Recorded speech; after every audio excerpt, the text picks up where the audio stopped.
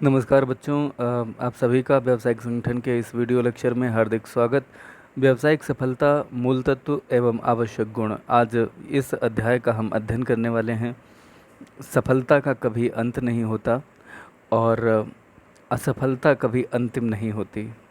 ये वाक्य निश्चित ही बहुत अच्छी है, क्योंकि आपको एक सफलता मिलती है, फिर आप अगली सफलता के लिए निकल पड़ते हैं। सिकंदर एक के बाद एक देश जीतता जा रहा था, लेकिन उसकी सफलता का कभी अंत नहीं हुआ। और असफलताएं कभी भी अंतिम नहीं होती, क्योंकि असफलताएं एक के बाद एक असफलता व्यक्ति पाता चला जाता है और फाइनली क्या है, वह सफलता में कन्वर्ट हो जाती है। यदि हमारे स्वप्न साकार ना हों, वे टुकड़े टुकड़े हो जाएं, तो हमें चाहिए कि उन टुकड़ों को बीन लें और फिर स्वप्न साकार करने के प्रयत्न नए सिरे से प्रारंभ कर दें। प्रत्येक स्थिति में श्रेष्ठ बनने का प्रयत्न अनवरत रूप में करते रहें। बहुत अच्छी बात कही विनीत मिश्र जी ने। खुदा भी नाज करे और खुद ही भी नाज करे, जियो तो ऐसे जियो जिंदगी भी नाज करे। तो आइए इस भूमिका के साथ शुरुआत करते हैं इस चैप्टर की। सबसे पहला सवाल हमारे सामने आता है कि हर व्यापारी सफलता चाहता है, तो ये सफलता दरअसल है क्या? सफलता का अर्थ एवं स्वरूप क्या है तथा किसे हम सफल कहेंगे? इस प्रश्न का उत्तर दार्शनिक, मनोवैज्ञानिक, मानव शास्त्री, समाज शास्त्री ये अनेक प्रकार से और अनेक अनेक दृष्टिकोणों से देते हैं। सफलता दरअसल एक सोच है। इसका स्वरूप इसके धारणकर्ता के व्यक्तित्व के विकास पर निर्भर करता है। यहाँ पे आचार्य चाणक्य का एक सेंटेंस काफ़ी मायने रखता है, ध्यान से सुनिएगा। आचार्य चाणक्य कहते हैं कि सामान्य के बीच अपनी योग्यता को सिद्ध करना ही सफलता है। सफलता दरअसल वह मानसिकता है जिसमें व्यक्ति स्वयं को सर्वोत्तम रूप में देखना और दिखाना चाहता है। वास्तव में सफलता का रहस्य मनुष्य की सोच और सफलता को देखने की क्षमता में निहित है। यानी कि मनुष्य की सोच अगर उन्नत है और वह सफलता को किस रूप में देखता है, सही रूप में देखने की क्षमता अगर है, तो वह व्यक्ति सफल होने की पूरी संभावनाएं स्वयं में धारण करता है। विश्व इतिहास में जो भी महान कार्य अभी तक हुए, वे सब आप और हम जैसे दिखाई देने वाले साधारण व्यक्तियों ने करे। मगर सफलता का स्रोत क्या है? अधिकांश व्यक्तियों में विद्यमान है, अपेक्षित है, तो केवल हम उसके प्रति जागरूक हो जाएं। हम में से तमाम लोग उस अच्छाई के प्रति जागरूक नहीं हो पाते जो हमें है पहले से ही। हमें थोड़ा सा उसे निखारना है और उसका सदुपयोग करना है, ताकि हम सफलता अर्जित कर सकें। तो सफलता दरअसल एक सतत प्रक्रिया है। अनेक व्यक्तियों के लिए सफलता का अर्थ जो चाहा वह मिल गया होता है, लेकिन सफलता का वास्तविक अर्थ यह नहीं है। वस्तुतः सफलता वह उपलब्धि है जो कुछ पाने के बाद बहुत कुछ पाने की प्रेरणा देती है। यह सदैव आगे बढ़ाने का काम करती है, न केवल एक ही स्थान पर स्थापित करने का। तो सफलता चाहिए तो उसके लिए क्या चाहिए? योग्यता। व्यावसायिक योग्यता से तात्पर्य क्या है? देखिए, अगर कोई भी व्यक्ति योग्य है तो ही वह सफल हो सकता है। हाँ, योग्य व्यक्ति असफल भी हो सकता है। तो इसीलिए हम यहाँ पर योग्यता का अध्ययन करने वाले हैं। व्यावसायिक योग्यता से तात्पर्य किसी व्यक्ति की किसी व्यवसाय को सफलतापूर्वक संचालित करने की क्षमता से है। यह दो तरह की होती है, प्रकृति दत्त यानी कि जन्मजात, या अर्जित अर्थात अनुभव, परिश्रम, शिक्षा द्वारा प्राप्त योग्यता। व्यावसायिक योग्यता के बारे में विद्वानों में बहुत बार ये डिस्कशन का हिस्सा रहा कि दरअसल जो योग्यता है वह जन्मजात होती है या अर्जित। तो इस बात को ध्यान से सुनिएगा। प्राचीन काल में 18वीं शताब्दी तक जनरली लोग यही मानते थे कि व्यावसायिक योग्यता एक जन्मजात प्रतिभा है, अर्थात यह सुंदरता, मधुरकंठ की भांति ही प्रकृति प्रदत्त होती है। इसे विकसित या अर्जित नहीं कर सकते। किसी आधुनिक व्यावसायिक शिक्षा, प्रशिक्षण और प्रौद्योगिकी संबंधी सुविधाओं के विकास ने इस विचारधारा में आमूल परिवर्तन कर दिया। आपने ये पाया कि आधुनिक जो शिक्षा है, प्रशिक्षण है, प्रौद्योगिकी की तमाम चीज़ें हैं जिन्होंने आधुनिक विचारधारा को बदल दिया। मैं कुछ उदाहरण देता हूँ। देखिए, आपने बहुत सारे लोगों को सुना है जो दरअसल संगीतकार हैं, और संगीतकार होने के नाते उन्हें संगीत की सारी बारीकियां पता हैं, लेकिन वह अपने गानों को जिसमें वो म्यूज़िक देते हैं, वो गाना किसी और की आवाज़ में डब कराते हैं, वो लोग सिंगर कहलाते हैं, गायक कहलाते हैं। तो जब एक संगीतकार सारी चीज़ों से परिचित है स्वयं, तो वह किसी और से गाना क्यों गाने के लिए कहता है? क्यों? क्योंकि ये माना जाता है कि प्रतिभा जो है, जो योग्यता है, वो जन्मजात होती है। जैसे कि कहा ना यहाँ पे, सुंदरता व मधुर कंठ की भांति प्रगत प्रदत्त होती है। लेकिन ये पहले था, अभी बदल गया। अभी सुंदरता प्रकृति प्रदत्त हो ये ज़रूरी नहीं, क्योंकि तमाम तरह की सर्जरीज होती हैं। और ऐसा भी देखा गया कि प्रारंभ में जो लोग बहुत काले थे, फिल्म इंडस्ट्री में आए और बहुत गोरे होते चले गए। ऐसा भी देखा गया जो लोग शुरुआत में बहुत सुंदर नहीं दिखते थे, तमाम सर्जरीज के बाद वो सुंदर दिखने लगे। तो आधुनिकता, प्रौद्योगिकी, प्रशिक्षण से भी आपकी सुंदरता में निखार आता है। देखिए, सुंदरता क्या है? सुंदरता सलीका है। अगर किसी को सही सलीका आता है तो वह सुंदर है, और ये प्रशिक्षण से विकसित किया जा सकता है। इसमें कोई शक होना ही नहीं चाहिए, और मुझे नहीं लगता कि किसी को कोई शक इसमें है। तो अभी जो बातें आगे चल रही थी, उसमें एक बात ये कहनी थी कि ऐसा माना जाता है कि वर्तमान में अब वह चीज़ें भी विकसित की जा सकती हैं स्वयं के व्यक्तित्व में, जो पहले प्राचीन काल से जन्मजात मानी जाती थी। व्यवसायिक शिक्षा भी कुछ ऐसे ही है। अब लोगों में जो व्यवसाय करने का जो योग्यता है, वह अगर जन्मजात न भी हुई, किसी के पूरे पैतृक इतिहास में कभी किसी ने व्यवसाय ना किया हो, फिर भी वह व्यक्ति मैनेजमेंट का एक अच्छा सा कोर्स करके, एमबीए वगैरह, वह बिजनेस में बहुत सफल हो सकता है। तो व्यावसायिक शिक्षा तथा प्रशिक्षण की नई नई प्रणालियां विकसित हो चुकी हैं, और इन प्रणालियों के विकसित होने के साथ साथ अनेक राष्ट्रों ने, विशेषकर जो विकसित राष्ट्र हैं, उन्होंने व्यावसायिक शिक्षा तथा प्रशिक्षण प्रदान करने वाली संस्थाओं की बड़ी संख्या में स्थापना करी। जन्मजात प्रतिभाओं के स्थान पर प्रशिक्षित और पेशेवर व्यक्ति उनकी जगह लेने लगे।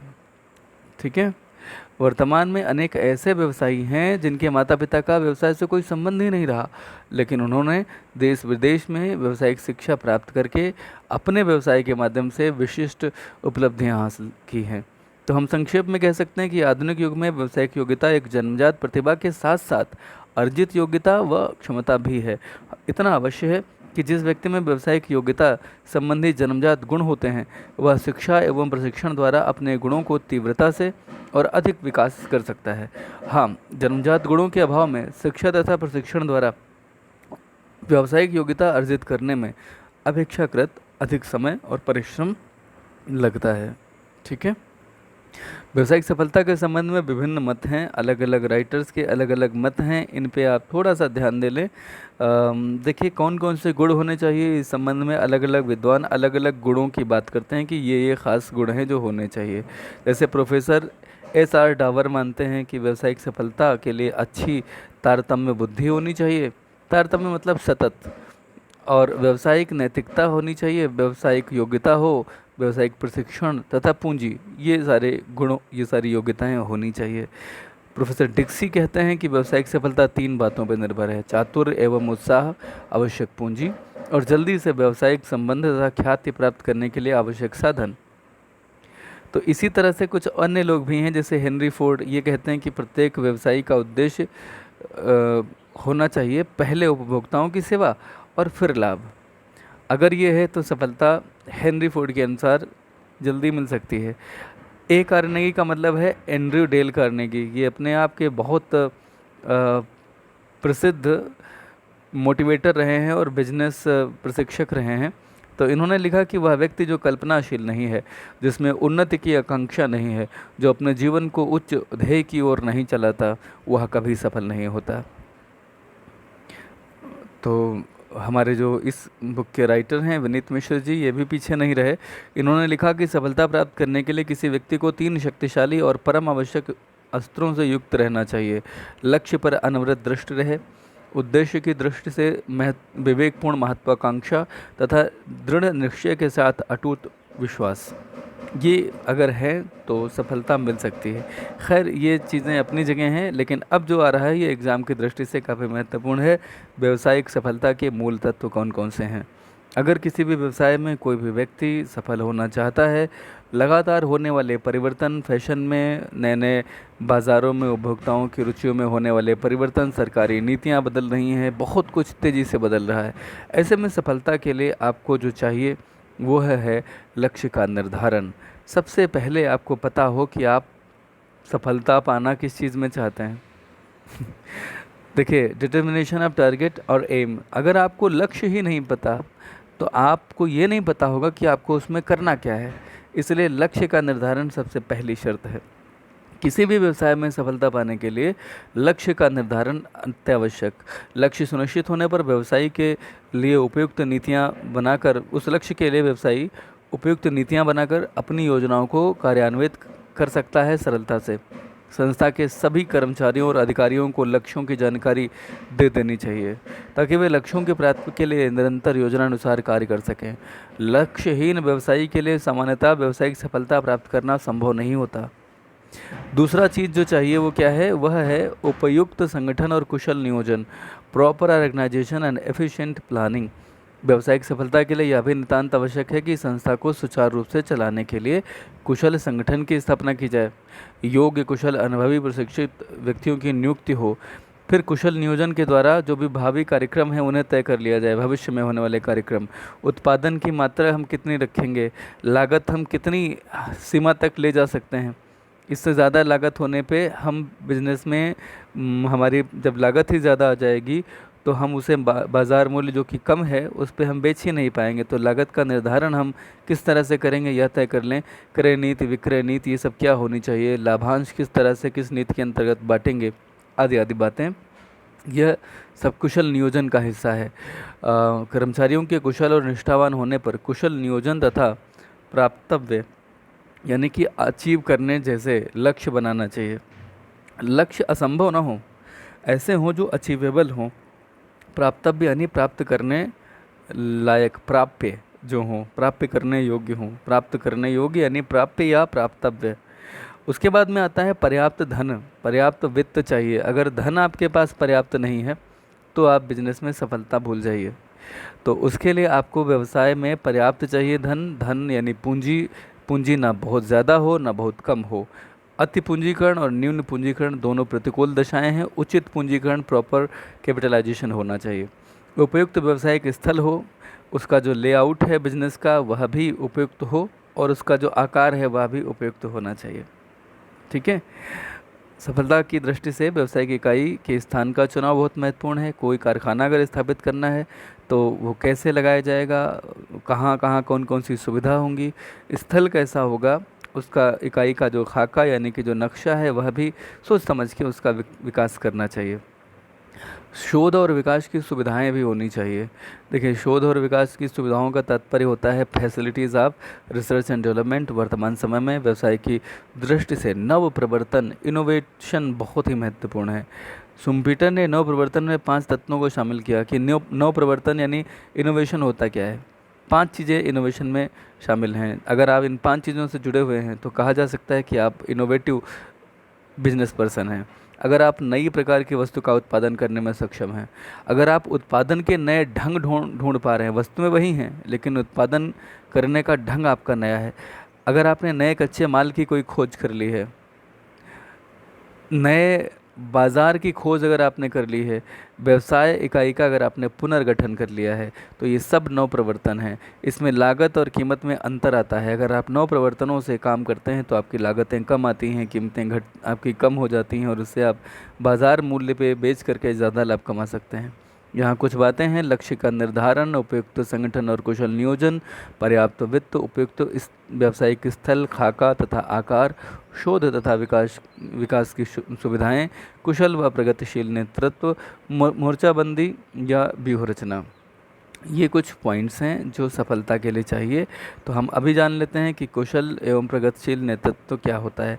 कीथ डेविस कहते हैं, कुशल नेतृत्व संभव को वास्तविकता में बदल देता है। अगर नेता कुशल न हो तो जो सेना है, अगर सेनापति साहसी न हो तो सेना चाहे कितनी भी बड़ी हो उसको पलायन करने के सिवा और कोई रास्ता नहीं दिखेगा। ऐसे ही एक प्रबंधक अगर है, कुशल है अगर, तो कर्मचारी तथा अधिकारियों पर अपना प्रभाव इस तरह से रखता है कि वे लोग भी उत्साहित और विश्वास के साथ अपनी पूरी क्षमता के साथ काम करते हैं और उद्देश्यों को पाल ही लेते हैं। लेकिन अगर प्रबंधक जो है उसमें योग्यता ना हो तो ये कार्य संभव नहीं हो पाते हैं। तो एक कुशल और प्रगतिशील नेतृत्व में कौन कौन से गुण होने चाहिए? इच्छा शक्ति, साहस, नैतिक गुण, व्यावसायिक ज्ञान, प्रबंधकीय योग्यता, दूरदर्शिता, शीघ्र निर्णय लेने की क्षमता, मानसिक संतुलन, शारीरिक क्षमता, सामाजिक चेतना आदि। जॉन जी ग्लोवर। अधिकांश व्यावसायिक संगठनों के असफल होने में अकुशल नेतृत्व जितना उत्तरदायी है उतना और कोई हो ही नहीं सकता। कुशल नेतृत्व के गुण क्या क्या हो सकते हैं? अगर कोई किसी में ये ऊपर कुशल और प्रगतिशील नेतृत्व के गुण ऊपर बताए गए थे, यहाँ फिर से बताया गया है दूसरों को श्रेय देना और उन्हें उस तरह से प्रोत्साहित करते हुए आगे बढ़ाना, सहयोगियों को बोलने के लिए प्रेरित करना, उन्हें धैर्य से सुनना, दूसरों को दिशा दिखाकर उन्हें प्रोत्साहित करके शुभकामनाएं देकर आशा बंधाकर लोगों से जुड़े रहना, ये सारे गुण होने चाहिए। एक और है मोर्चाबंदी या व्यूह रचना। समझ लीजिए ज़रा ध्यान से। देखिए, मोर्चाबंदी या व्यूह रचना, अंग्रेज़ी में इसे स्ट्रेटजी बोलते हैं। और स्ट्रेटजी ये शब्द जो था, दरअसल यह सेना में युद्ध शुरू किया गया था सबसे पहले। जब आप ये देखते थे कि आपका शत्रु सबसे पहले वो क्या कदम उठा सकता है, उसके कदमों की पहले से परिकल्पना करके उसके उन कदमों की काट ढूंढते हुए आप खुद को तैयार रखें और उसके द्वारा उठाए गए कदम पे तुरंत आप काउंटर अटैक करें। यही आपकी स्ट्रेटजी होती है, मोर्चाबंदी होती है। तो मोर्चा पर डट गए, ये शब्द सुना होगा आपने। तो दरअसल इसे मोर्चाबंदी के साथ साथ युद्धबंदी भी कहा जाता है। युद्धबंदी, युद्धबंदी का मतलब यह नहीं कि युद्ध बंद कर देना जैसे तालाबंदी आपने सुना, लॉकआउट, तो वो बंद करने से। यहाँ युद्धबंदी का मतलब है युद्ध करने से है। ठीक है, युद्ध की नीति बनाने से है। खैर, देखिए कुछ बातों को ध्यान से सुनिएगा जो अभी बोलने जा रहे हैं। देखिए, युद्धस्थल में शत्रु की तैयारी को ध्यान में रखकर मोर्चाबंदी करनी पड़ती है। उसी प्रकार व्यवसायी को भी सफलता के लिए कुशल मोर्चाबंदी चाहिए होती है। मतलब एक उदाहरण से समझिए, अपनी वस्तुओं की कीमतें निर्धारित करते समय व्यवसायी को अपने प्रतिद्वंदियों की संख्या, उनकी वस्तुओं की किस्म व कीमत, उनकी विज्ञापन नीतियाँ आदि को ध्यान में रखना पड़ता है। हम इस तरह से कह सकते हैं संक्षेप कि विषम प्रतियोगिता के आधुनिक युग में व्यावसायिक रणनीति के बिना सफलता पाना तो अत्यंत दुष्कर कार्य है। अभी तक हमने सफलता के लिए तमाम बातें जानी। अब हम ये जानने वाले हैं कि एक सफल व्यवसायी में गुण कौन कौन से होने चाहिए। देखिए, एक सफल व्यवसायी में गुण अगर आपको जानने हैं तो पहले आप जानें कि सफल व्यवसायी कहाँ किसे जाता है। अपने व्यवसाय का कुशलता से मार्गदर्शन तथा संचालन करने वाला व्यक्ति सफल है। जिस प्रकार एक वाहन को सुचारू रूप से चलाने के लिए कुशल चालक या ड्राइवर की ज़रूरत होती है, उसी तरह से व्यावसायिक इकाई को चलाने के लिए कुशल व्यवसायी चाहिए। ठीक, व्यक्ति कोई भी हो, भिन्न भिन्न परिस्थितियों के व्यवसाय प्रारंभ करता है। प्रत्येक को सफलता या असफलता भी भिन्न भिन्न मात्रा में मिलती है। अतः ऐसे स्थायी या सामान्य नियम बनाना तो संभव नहीं जिनके द्वारा प्रत्येक व्यक्ति आसानी से सफल हो जाए। हाँ, कुछ गुण ज़रूर हैं ऐसे जिन्हें अगर हम जान सकें कि ये धारणीय गुण हैं जिनके आधार पर हम सफल हो सकते हैं, तो संभावना है कि व्यक्ति सफल हो जाए। तो सबसे पहले बात आती है कि पहला गुण क्या है? प्रभावशाली व्यक्तित्व। अब प्रभावशाली व्यक्तित्व कैसे होगा किसी का, अगर ये जानना है तो ये जान लीजिए कि प्रभावशाली व्यक्तित्व में निम्नलिखित गुण होने चाहिए। एक तो आपकी आकृति जो है वो कैसी हो? अट्रैक्टिव हो। आपके नाक अच्छे होनी चाहिए, मुखाकृति आकर्षक होनी चाहिए। बहुत कुरूप और भद्दी शक्ल वाले नेता जो होते हैं जनरली वो हास्य का या हंसी का पात्र बना दिए जाते हैं। अच्छा, मुद्रा कैसी हो? हंसमुख हो। अगर नेता यानी बिजनेस को चलाने वाला व्यवसायी अगर हमेशा बड़ा गंभीर रहता है या चिड़चिड़ा स्वभाव का है तो जनरली क्या होगा कि ग्राहक उससे दूर भागेंगे और कर्मचारी भी। तो हंसमुख मुद्रा होनी चाहिए, स्माइलिंग फेस होना चाहिए प्रभावशाली व्यक्तित्व के लिए। ये बिजनेस की बात ही नहीं चल रही है। अगर आप चाहते हैं कि आपका व्यक्तित्व प्रभावशाली हो तो ये गुण आपको धारण करने होंगे। पहले दो गुण एक बार फिर से देख लीजिए। आकर्षक आकृति होनी चाहिए, आपके मुखाकृति आकर्षक हो, नाक नक्श अच्छे हों। तो दूसरा हंसमुख मुद्रा हो, हमेशा स्माइलिंग फेस, चेहरे पे स्माइल धारण कीजिए। स्वास्थ्य अच्छा होना चाहिए। स्वास्थ्य अच्छा हो सके, कहा जाता है ना कि तंदुरुस्ती हज़ार नियामत। स्वास्थ्य अच्छा होने के लिए आपको नियमित व्यायाम करना होगा, सही समय पे सही खुराक लेनी होगी, आराम सही समय से करना होगा, सही समय से सोना होगा। ये सारी चीज़ें अगर आप करते हैं तो आप निश्चित रूप से अच्छा स्वास्थ्य की सौगात पाने वाले हैं। विनम्रता और शिष्ट व्यवहार, ह्यूमिलिटी एंड कॉर्टेसी, ये दो चीज़ें आप में होनी चाहिए अगर आप अच्छे सफल व्यवसायी होना चाहते हैं। घमंड फरिश्तों को दैत्य में बदल देता है, विनम्रता आदमियों को फरिश्ता बना देती है। तो विनम्रता वस्तुतः विभिन्न गुणों का मूल है। विनम्र स्वभाव वाला व्यक्ति जो है ना, वह संपर्क में आने वाले अपने सारे लोगों को प्रभावित करता है। विनम्रता की लागत कुछ नहीं होती, लेकिन उससे बहुत कुछ कमाया जा सकता है, ख़ासतौर से ग्राहकों को अपना बनाया जा सकता है। एक और सबसे महत्वपूर्ण बात है आत्मविश्वास। ध्यान रखिएगा, आत्मविश्वास की कमी कभी भी किसी भी व्यक्ति को सफल नहीं होने दे सकती। अपनी क्षमताओं को कभी भी कम करके मत आंकिए। स्वयं की क्षमताओं और प्रयासों पर पूरा भरोसा रखिए। सही दिशा में किए गए प्रयत्नों से किसी भी ऊंचाई को छुआ जा सकता है। आत्मविश्वास के लिए जीवन में छोटी छोटी सफलताएं ज़रूर चाहिए होती हैं। एक सफलता आप में नए आत्मविश्वास का संचार करती है। इसीलिए हमें छोटे छोटे लक्ष्य बनाने चाहिए और हम उन छोटे लक्ष्यों को जो अचीवेबल हैं उनको हासिल करते हुए नए आत्मविश्वास से लबरेज होकर के और आगे बढ़ने के लिए आगे बढ़ जाते हैं और आगे नई सफलताएं पाने के लिए आगे बढ़ जाते हैं। तो देखिए, कुछ कविता यहाँ पे दी गई हैं, आप इसे पढ़िएगा। इच्छा शक्ति तथा सकारात्मक सोच। देखिए, आत्मविश्वास तो है, लेकिन आप में ये तो है, आपको पता कि आप बहुत कुछ कर सकते हैं, लेकिन कुछ करने की इच्छा ही नहीं होती। और सोच यही कहती कि यार पता नहीं हम सफल होंगे कि नहीं होंगे। हाँ, हम करने पे आए हैं तो हम बहुत कुछ कर सकते हैं, सवाल ये है तुम करने पे कब आओगे। तो यहाँ सोच भी सकारात्मक हो और कुछ करने की इच्छा शक्ति होनी चाहिए। तो अगर ये इच्छा शक्ति की अगर हम बात करें तो ज़रा सा जानिएगा, सकारात्मक जो चिंतन है वह हमें सकारात्मक ऊर्जा प्रदान करता है और इस तरह से सफलता का अधिकारी बनाता है। विंस्टन चर्चिल, इनके अनुसार सफलता उन्हें प्राप्त होती है जो असफलताओं के मध्य उत्साह बनाए रखते हैं। बाधाएं और परेशानियां जीवन के हर क्षेत्र में और हर मोड़ पर आती हैं। सफल होने के लिए हमें उन्हें पार कर अपनी मंजिल तलाशनी होगी। रास्ते में आने वाली बाधाओं को पार करना ही होगा। इससे व्यक्ति की इच्छा शक्ति की अत्यंत महत्वपूर्ण इसमें भूमिका होती है। यदि सफलता पाने की इच्छा अधिक दृढ़ और बलवती हो तो बाधाओं को दूर करके सफलता पाना अपेक्षाकृत सुगम होगा।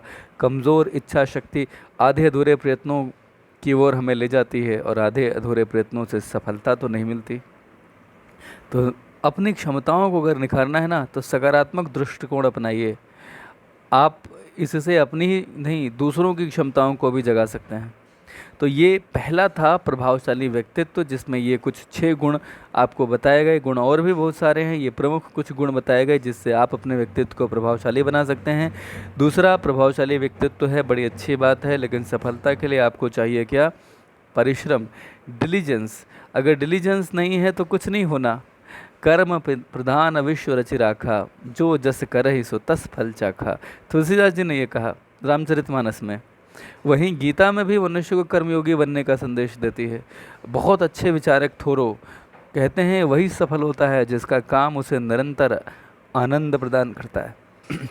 एक और मैंने वाक्य कहीं पे पढ़ा था कि अगर आप कहीं पे काम कर रहे हैं तो उसे आप क्या बोलेंगे? जॉब करना बोलेंगे। लेकिन अगर आप कहीं पे काम कर रहे हैं और आप उसे एंजॉय भी कर रहे हैं, यानी कि जॉब भी कर रहे हैं और एंजॉय भी कर रहे हैं, then this is your career. खैर, समझ में आ जाए तो अच्छा। हम आगे बढ़ते हैं। उत्साह तथा साहस एवं लगन। अगर आप नेता अच्छे होने चाहते हैं, अगर आप सफल व्यवसायी होना चाहते हैं, तो आपको उत्साह, साहस और लगन, एंथुजियाज्म, उत्साह, करेज, साहस और डिवोशन, ये 3 चीज़ें चाहिए ही चाहिए। कभी कभी ऐसा होता है कि व्यवसाय में जोखिम है, कभी लाभ होगा तो कभी हानि होगी। व्यवसायी को उतार चढ़ावों को साहस और धैर्य के साथ सामना करना आना चाहिए। असफलता के दिनों में भी उत्साह नहीं छोड़ना चाहिए, लगन से कार्य करते रहना चाहिए। संकट के और संघर्ष के क्षण यह तय करते हैं कि हमारे अंदर कितनी आत्मिक शक्ति है। तो चौथे पे हम आते हैं विवेक, कल्पना शक्ति और महत्वाकांक्षा। विवेकशील का मतलब होता है कि व्यवसायी को किसी भी काम को करने से पहले उसके कारण परिणाम भली भांति विचार कर लेने चाहिए। यानी कि बिना विचारे जो करे सो पाछे पछताए। बिना विचारे काम जो करते हैं वो विवेकशील नहीं कहलाते, लेकिन इसके उलट जो सोच समझ के सारे कारण उनके परिणामों पर विचार कर लेते हैं भली भांति, वह लोग विवेकशील कहलाते हैं। और अगर आप चाहते हैं कि आप सही डिसीजन ले सकें, विवेकशीलता का परिचय दे सकें, तो उसके लिए आपको कल्पनाशील भी होना पड़ेगा। क्योंकि आप अगर आज कोई डिसीजन ले रहे हैं, विवेकपूर्ण डिसीजन लेना चाहते हैं, तो भविष्य में क्या होने वाला है वो कल्पनाशीलता आज आपकी विवेकशीलता में मदद करेगी। और हाँ, भविष्य में जो होने वाली चीज़ें हैं उनमें रिस्क भी होता है। रिस्क आप तभी ले सकेंगे जब आप में महत्वाकांक्षाएं होंगी, आपके लक्ष्य बड़े होंगे, कुछ बड़ा हासिल करना चाहते होंगे। एंड्रयू डेल कार्नेगी कहते हैं कि वह व्यक्ति जो कल्पनाशील नहीं है, उन्नति की आकांक्षा नहीं है जिसमें, जो अपने जीवन को उच्च ध्येय की ओर निर्देशित नहीं करता, वह मनुष्य कभी सफल नहीं हो सकता और न ही उसे अन्य व्यक्तियों की सहायता कभी मिल सकेगी। व्यवसाय में रुचि। किसी भी व्यवसायी को अपने व्यवसाय में रुचि होनी चाहिए, नहीं तो बेमन से काम करेगा, और बेमन से काम करने पे कुछ नहीं होने वाला। अगर हेनरी फोर्ड ने अपने पिता की इच्छा के अनुसार कृषि का व्यवसाय अपना लिया होता तो कुछ नहीं हो पाता। व्यावसायिक योग्यता, शिक्षा एवं प्रशिक्षण। देखिए, केवल रुचि होने से कुछ नहीं होना चाहिए। रुचि हो, साथ ही साथ आप में व्यवसाय के संचालन की योग्यता भी हो। योग्यताएं जन्मजात हो सकती हैं, अनुभव द्वारा हो सकती हैं और विशिष्ट शिक्षा से मिलती हैं। जन्मजात योग्यता तो प्रकृति प्रदत्त है, किंतु योग्यताओं को अनुभव और शिक्षा से बढ़ाया जा सकता है। ठीक है, आप जो भी व्यवसाय चुनें, उस व्यवसाय में अगर प्रशिक्षण या शिक्षा की आवश्यकता है तो आपको वह ज़रूर प्राप्त करनी चाहिए। उसी से क्या होगा कि आप में विशिष्टीकरण एवं प्रतिस्पर्धा के इस युग में उस बिजनेस को समुचित ढंग से चलाने के लिए सैद्धांतिक और क्रियात्मक दोनों प्रकार की शिक्षाओं के माध्यम से आप स्वयं में आवश्यक गुणों को विकसित कर पाएंगे। एक सबसे महत्वपूर्ण बात आती है व्यवसाय के लिए, वह है ईमानदारी। अगर आप ईमानदारी से काम नहीं कर रहे हैं तो आपकी सारी योग्यताएं, सारा प्रभावशीलता, आप में सारे गुण हैं, मगर आप लंबे समय तक सफल नहीं हो सकते। कोई भी व्यवसायी अगर झूठ, छल और कपट के द्वारा काम करता है तो कुछ पल के लिए तो लाभ कमा लेगा, लेकिन जैसे ही ग्राहकों को कहा गया कि ये पता चलेगा ना कि ये काठ की हांडी है, तो वो एक ही बार चढ़ेगी ना चूल्हे पे, बार बार नहीं चल सकती। तो ऐसा व्यवसाय ठप भी हो सकता है। स्वामी रामतीर्थ कहते हैं कि यदि आपका हृदय ईमान से भरा है तो शत्रु क्या, सारा संसार आपके सम्मुख हथियार डाल देता है। बुद्ध का उदाहरण अंगुलीमाल के समक्ष आप देख ही सकते हैं। मुस्कान के साथ कैसे तलवार लिया हुआ खूंखार डकैत भी बुद्ध के समक्ष आते आते तलवार डाल देता है और चरणों में गिर पड़ता है और सन्यासी हो जाता है।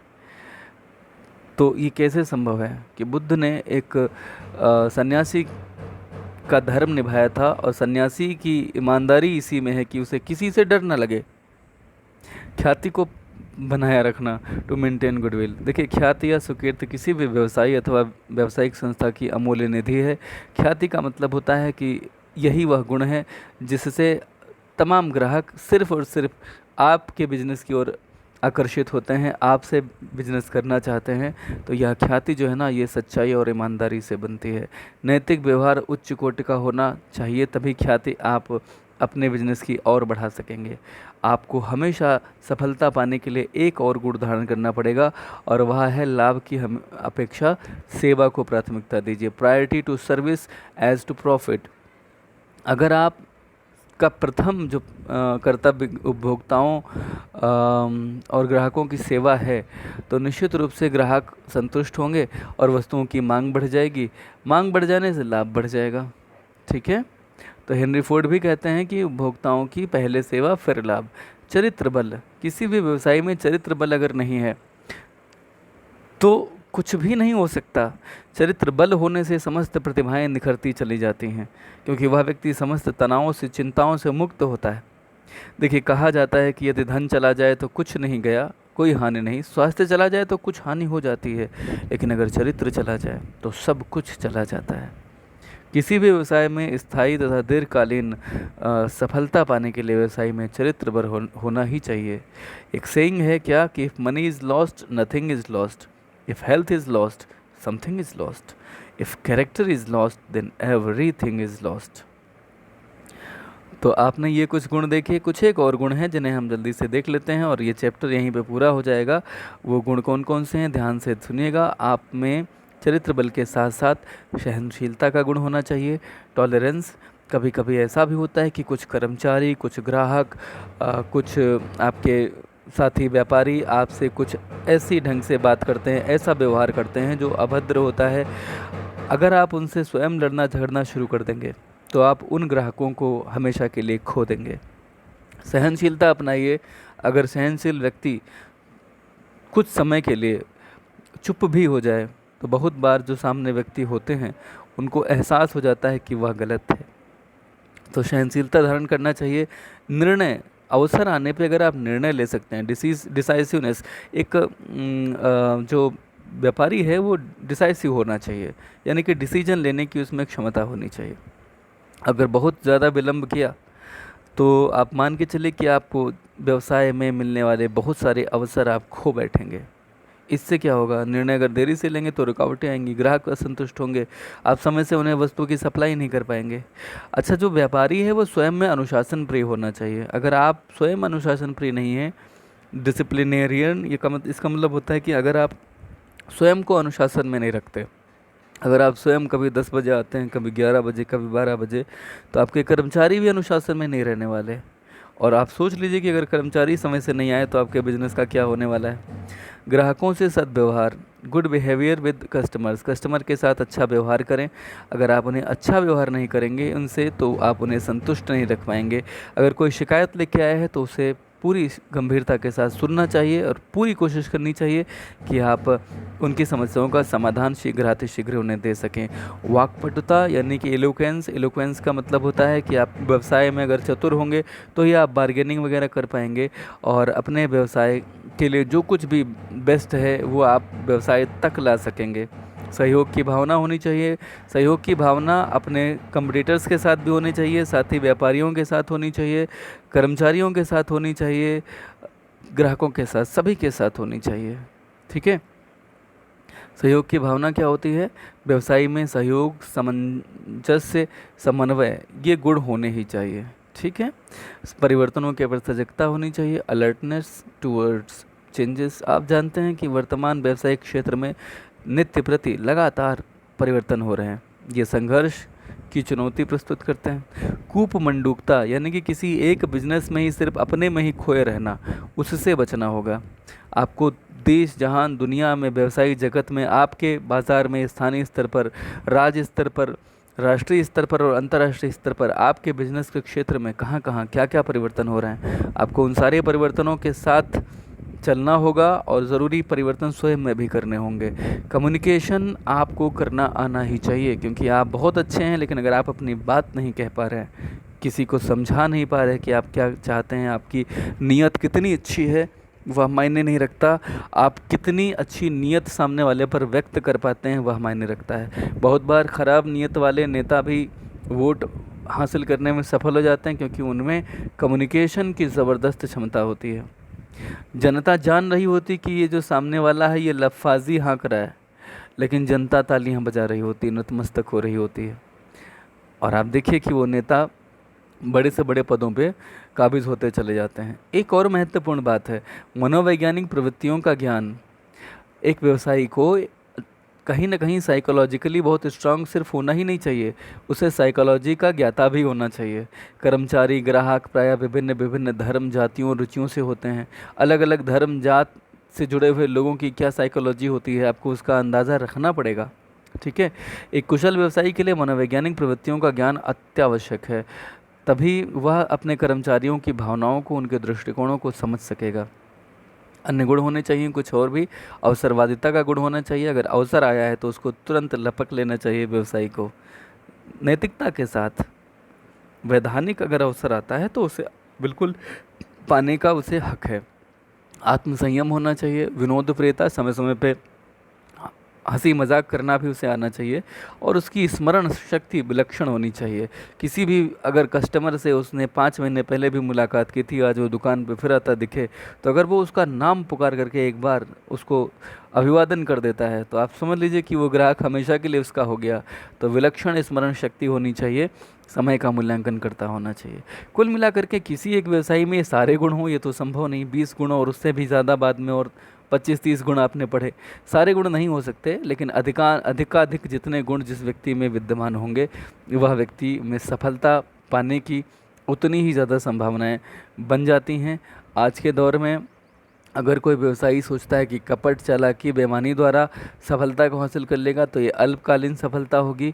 अगर आप सफलता चाहते हैं दीर्घकालिक और लंबे समय तक स्थायी, तो आपको ईमानदारी, कठिन परिश्रम, सहनशीलता, अनुशासन, हित प्रियता, चरित्र बल, सद्व्यवहार जैसे गुणों को स्वयं में धारण करना पड़ेगा।